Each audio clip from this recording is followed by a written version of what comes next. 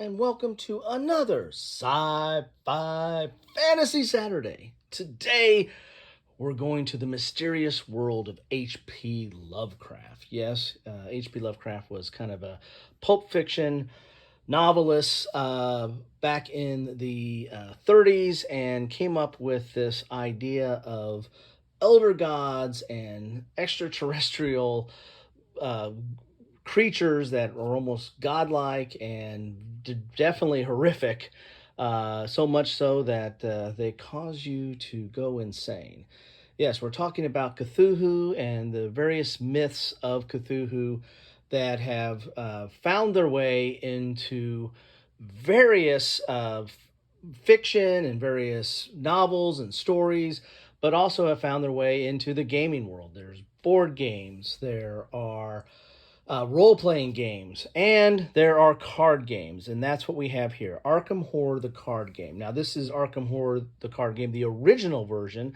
What is the original version? Well, that's this version. What is now? What else are we comparing it to? Well, what Fantasy Flight has done, they have repackaged Arkham Horror, the card game, into a more digestible and easier to manage packaging. So the way that this originally came out, it was a living card game and part of Fantasy Flight's living card game series, which they've done for the Lord of the Rings, Call of Cthulhu, which was kind of a different card game based on the Cthulhu myths.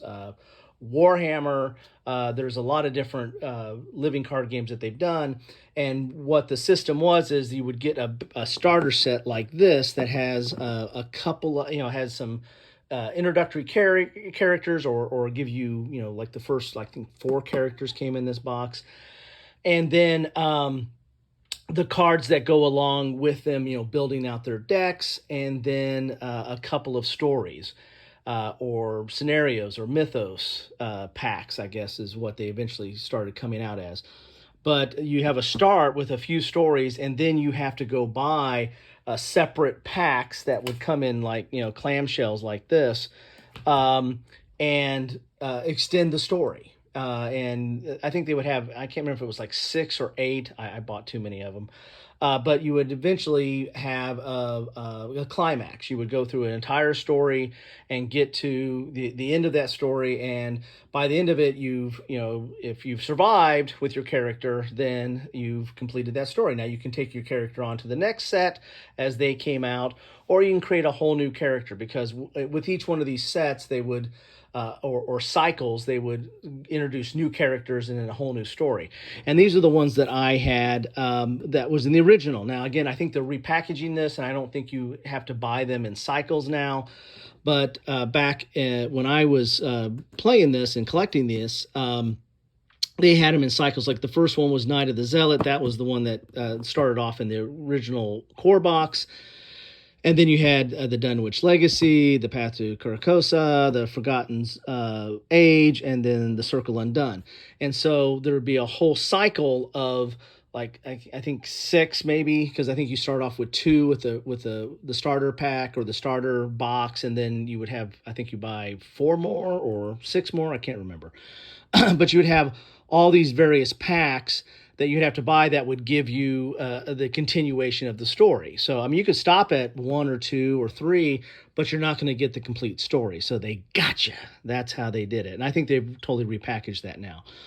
But so what they would do is you would complete a cycle, and then if you wanted more, you'd wait till the next cycle came out, bought the starter box that had a couple of stories in it or a couple of episodes, and then you continue to buying the mythos packs, I think is what they called them, and then complete the story. And then what they came out after that, after they would complete a whole cycle, they would come out to this return to. So they have these boxes that had some additional content, so that it made that whole cycle a little bit more replayable. They would throw in a few little bit extra options and some different twists to it, so you can go back and play it again with those different twists. And it also gave you a box to store everything in. So that's why I stopped at the Circle Undone. And I think it went on for at least 2 or 3 others, if not more, after that. But I kind of stopped at the Circle Undone, and I hadn't even finished all these yet. I kind of got into this during COVID, so I was like a late adopter when I picked this up. So I think they've repackaged all that now, so you don't have to like buy all those Mythos packs because that could be kind of costly. But it's also it was like crack cocaine, right? I mean they had you hooked. If you really wanted to complete the story, you had to go buy all those and finish them out. So what is Arkham Horror, the card game? Well, it is just that. It is a card game. And so you're going to have a unique character. And as I said, they came with some in the base box. I think actually these are the ones that came in the base box. But then each one of these scenarios or cycles would introduce a few new characters and a bunch of new cards to go with them. And so this is, for lack of a better term, is kind of a deck builder, deck management game. I mean, you're going to build your deck at the beginning of a scenario with not the strongest cards. You're going to have some cards that are unique to you, like some good cards and possibly some bad cards, some weaknesses. That are unique to you, and then there's going to be rules for how you build out the rest of your deck for that kind of card. What kind of cards are available, and what kind of cards can you put into this specific character's deck? And then over time, you're going to, after you complete some of these scenarios, you're going to get experience points, for lack of a better term. I think they call them something else. But then you use those to buy better cards, and sometimes you buy the same card. It might have the same name, but it's a better version of it. Or sometimes you buy wholly new cards, and they're like assets and skills and stuff like that. And your character gets better. And so as you're going through this cycle, you're going to need it because some of the later scenarios or stories are going to be tougher. And so you need to get those better cards. And so that really is the experience. You're kind of building your deck, slowly after each adventure, but you're managing your deck during the adventure because you're shuffling it, and then you're drawing cards and using what you have in your hand to move the story forward. So let's take a look at a character here. So the character, there's different characters. Like this one right here is a seeker. There were the different type of character classes were guardian, which is kind of like law enforcement. And the like. You had seekers, which are kind of knowledge-based, professors and stuff like that. You have mystics, which, are a little bit more supernatural and spell-based. Rogues, which are just what they are. They're kind of, thieves and ne'er-do-wells and the like. And then you have a survivor. And the survivors are usually they're like a jack of all trades. They're usually have, maybe not strong in any one skill, but kind of have some unique abilities that they can rise to the occasion. Then you have these skills. And these skills are going to be important because the characters are going to have certain base skills. But then the cards that you have in your deck, your assets and your allies and your skills and whatnot, might have these skill symbols, and you'll need this to do checks. There's several checks throughout this game, or tests of different skills, and you have to beat it. You have to be higher than whatever that challenge is. It could be a combat skill, fighting a creature, or it could be trying to solve a puzzle, or it could be various things that you need to have to do a skill check. And there's these various skills. And let's pull up Daisy here. So you have willpower. So that's her willpower is 3. You have intellect. Her intellect is 5. She's a seeker. So she's probably going to have, seekers are generally going to be more on the intellect scale. Her combat is 2. Well, that's not, that great, but I mean, she's a seeker, right? And her agility is 2. And combat is, again, for fighting. Agility is to kind of a move and avoid. This is a game where combat is always not the best option. It's sometimes flight, fight or flight, and sometimes flight. So agility becomes an important aspect as well. And certain classes are like your seekers are more along on the intellect and agility possibly, or maybe willpower. They're probably not going to be as good at combat as, like, say, a guardian. And a guardian, they're going to have, they're better at weapons and going to have a lot of weapon type assets and stuff like that. So there's a lot of different. There's a lot of uniqueness to the different character classes. And amongst the characters as well. I mean, there's multiple. There's more than just one type of seeker. As if you start getting all the different sets, you're going to have a lot of different seekers to choose from, and each of the seekers are different as well. So, so you're going to have these characters that you're going to build a deck for, and her starting deck is, see, deck size is 30. So you're going to do the cards that she has to have. Like she starts off with her tote bag, and see those are some of those skills that she can use, and these are the resources you have to pay. You're collecting resources during the game, and this is like kind of a very vague reference or generalized thing of what are resources, but you pay that to use this card or put it down. And then she's got this weakness, and weaknesses are kind of a bad thing that could affect you. So when you draw that card, you have to deal with it, and it could be something that that slows you down or actually hurts you. And then you have her character card, and this is what will be on the board. Now, what is the board? Well, the board is going to be cards. This is a card game. Everything in this game is cards. So this is kind of the story advancement. I don't want to spoil too much, but you're going to have these things that is going to move the story forward, and you're going to have different chapters that you have to deal with, and that's how the story advances. But you're going to have these locations, and these locations will link up based on other notations here. Like, so this links up. You have that notation, so that links up to this, to the attic here, because you see that a symbol there matches that symbol here. So you'll have these locations that will spread out as the board, and you'll move from location to location by going to location, whatever is linked up there. Now, sometimes you might have to unlock something. Sometimes you might have to complete a challenge before you move it on, or what have you. And then during the course of the game, you're going to run into, let's get something here that looks like something that you fight. You're going to run into stuff that you have to deal with. These are the different monsters, creatures, encounters that you might have. This is a humanoid cultist, and it's going to have its abilities that you have to deal with and have to beat it. And then it tells it where it spawned, and tells it what to do with this, when it's forced. There's also some of these encounters, might have symbols like hunted, meaning, or hunter or something like that, which they're going to follow you around the map. They're going to be going after you. And so you have to kind of deal with that. And if you get wounded, you're going to lose health, which is that red part there. And, again, these are horrific, Cthulhu-like, insane, encounters. And it's something that we don't see in our normal life. So how can our brain handle it? So you have sanity. And that's something that's common with a lot of Cthulhu and Lovecraft stories, but also a lot of most of the Cthulhu games I've played, or role-playing games especially, they have some kind of sense of sanity, and that your mind just can't take it. And so there's two levels you have to keep track of here, both your health and your sanity. If you lose either one of those, you're out of the game. And you can go insane in this game, and then that could be a way that everything ends for you. So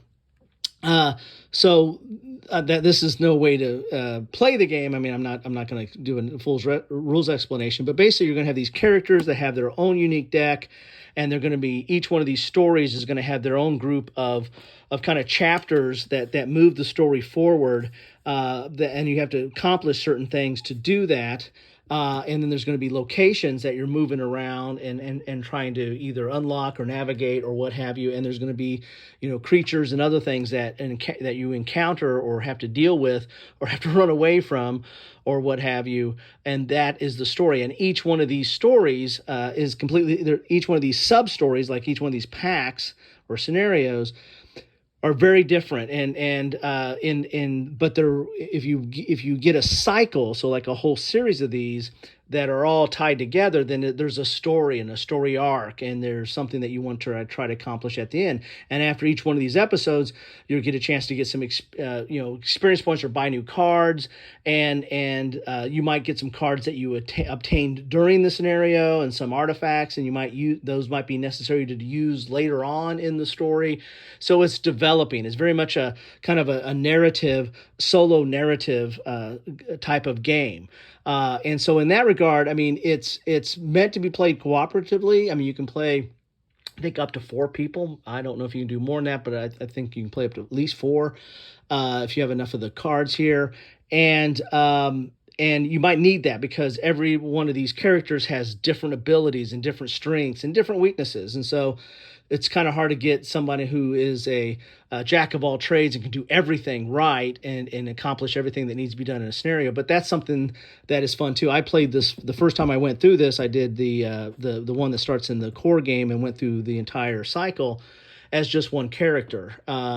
And it was more of a combat character. So for most part, I was doing okay when stuff was combat related. But if it was something that needed, willpower or intellect, I mean, I wasn't as strong on that, and so that took me a couple of chances, and that's where replayability comes in. I mean, the first time you play through any of this stuff, you're going to see a lot of it, and so there's going to be some spoilers when you play it through a second time. Sometimes you have to play it through because if you fail, then the thing is, well, you got to go back and play it again.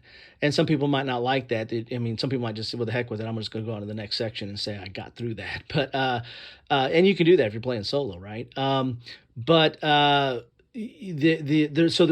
You don't see everything necessarily all the time. Some of the earlier scenarios are pretty simple, so you do see most of it. But some of the other ones are a little bit, there's different paths and there's different choices, kind of like a choose your own adventure. And so you might go down different roads that you might not see everything. And so there is some replayability. And then they've also added in these return to that add some new cards and stuff to some of the scenarios. So that adds additional replayability. And then, of course, you always have the other option of, well, do a different character. Each one of these characters are very different. They have different, core skills. They have different special abilities. They have different cards that they can use and build upon. So you might know everything about one of these whole cycles, but you might say, well, geez, I want to try doing it with a rogue, and can I do it with a rogue? And so there becomes that kind of challenge aspect there. So there's quite a bit of replayability. I mean, I've got 5 cycles here, and so I've got plenty. I still have some stuff to finish out, so I've got plenty of replayability. I've only gone back and done a little bit of these return tos yet. I haven't really done done a lot on that yet because I still have some more of these to finish out. But this is for a solo experience, it's great. The only downside I see as a solo experience is the setup, because once you get all this content, setting it up takes a little bit of time.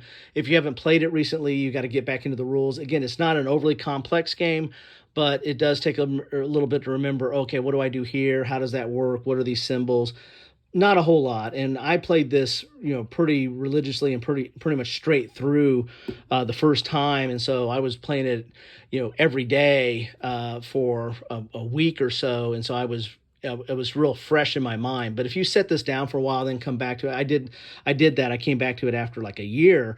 And I was like, okay, what does this do again? And how do I want to build my deck? And what character do I want to use and stuff like that? There takes a little bit of time there.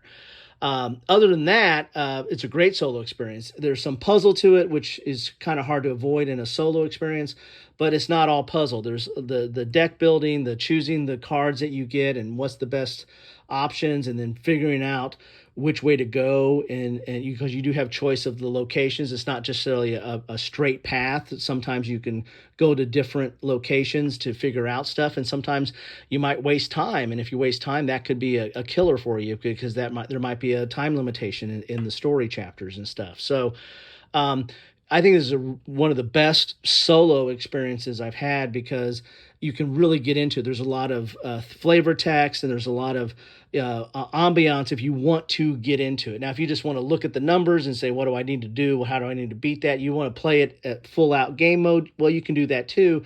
But I think you're leaving some of the goodness on the table here, because there's a lot of narrative that is very interesting in this game. So there you have it. That's my introduction to Arkham Horror, the Guard game, the original version of it. And one of the reasons I wanted to bring this up is because I got a couple unboxings. I'm going to do a character that goes with the Forgotten Age. And again, I don't know if that character is available in a different set now, because I think they've thrown a lot of the characters together instead of just releasing them by different cycles. But it's a pilot character in this Forgotten Age. I mean, well, that's another thing too. Each one of these different cycles are a totally different story. And have different twists, different turns, different things you're trying to accomplish, and there's this path going forward. One of them has like a train situation where you're being chased on a train and you're trying to go from car to car. It's really very thematic.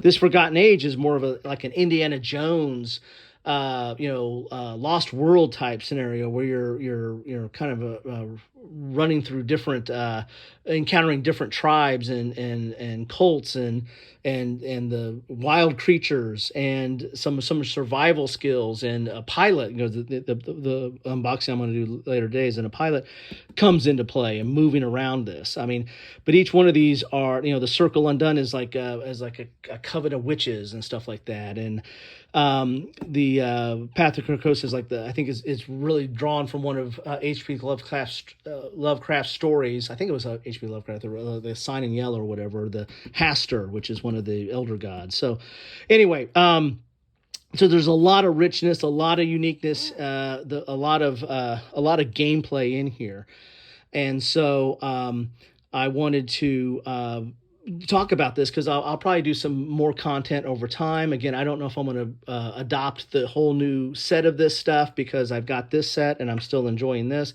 But I have a couple unboxings. I'll do that character and I'll also do a side adventure. Spoiler alert. I mean, these were kind of mini ones of these. I mean, these were ones that you could do. You could either play it as in the middle of one of your cycles, or you can just play it as a complete standalone, enjoy it, and be one and done. And they released a handful of those. I think I've got 2, and then I've got this new one that I wanted to show you. And I probably won't be able to show you much of it because it's a spoiler alert, right? I mean, those different cards that come in one of these different scenarios.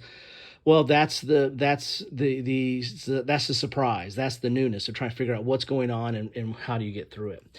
So with all that, I thought I would. And when I was starting to collect all this, I was collecting it during COVID, and it was really hard to get a hold of some of this stuff because I was a late adopter. But and throughout all this, I was able to. I ended up with an extra one of this. This is the Pallid Mask. It goes with the Path to Carcosa. It was scenario 6 of that, and I'm pretty sure this is complete. Yeah, I know it's complete, but I'm going to do this as a giveaway. I've got all the stuff that's in here. I don't need this. I don't know if any of you are still collecting this stuff or if you're go ahead and adopted the new series, but if you're interested in the Pallid Mask, I'm going to do my first giveaway. My daughters have been wanting me to do a giveaway for over a year now. Say, when are you going to do a giveaway, Dad? So I'm going to do a giveaway. I'm gonna do this a little bit different. I had all these elaborate plans to do a giveaway and maybe do a scavenger hunt and figure out all that stuff. But I'm kind of doing this on the fly because I've decided to do this for Sci-Fi Fantasy Saturday because I want to talk about this stuff. And I found out I had an extra one of these. So it's going to be simple. All you need to do is you need to be a subscriber. And how am I going to know you're a subscriber? Well, you need to leave a comment. Leave a comment to this video, this Sci-Fi Fantasy Saturday Arkham Horror video.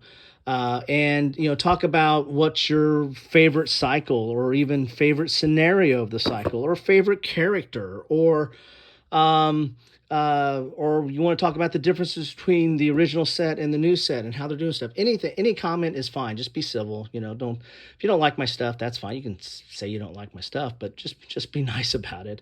But I'm gonna look at all the comments that are on this video, and so if you put a comment, you're automatically in, or you can just put a simple comment, I'm in, or I want that, or whatever. And if you don't want it, then say that in the comments. Say you suck and I don't want that. But hopefully I don't get too many of those. Or you can say, I like your content, but I don't want that. Anyway, that's a good one too.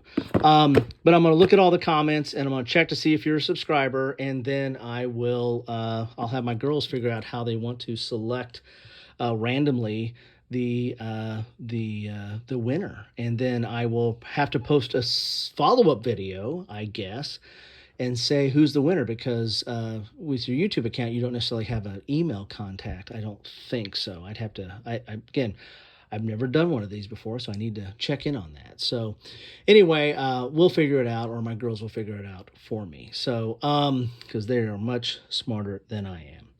Anyway, so there you have it. Introduction to Arkham Horror. I really like this system. I really like this game. Or games, I should say, because each one is unique. And you got a giveaway here. If you're interested in the Pallid Mask, then I will leave a comment. Make sure you're a subscriber and leave a comment on this video, and then I will be getting back to you. Thank you so much for stopping by. Take care.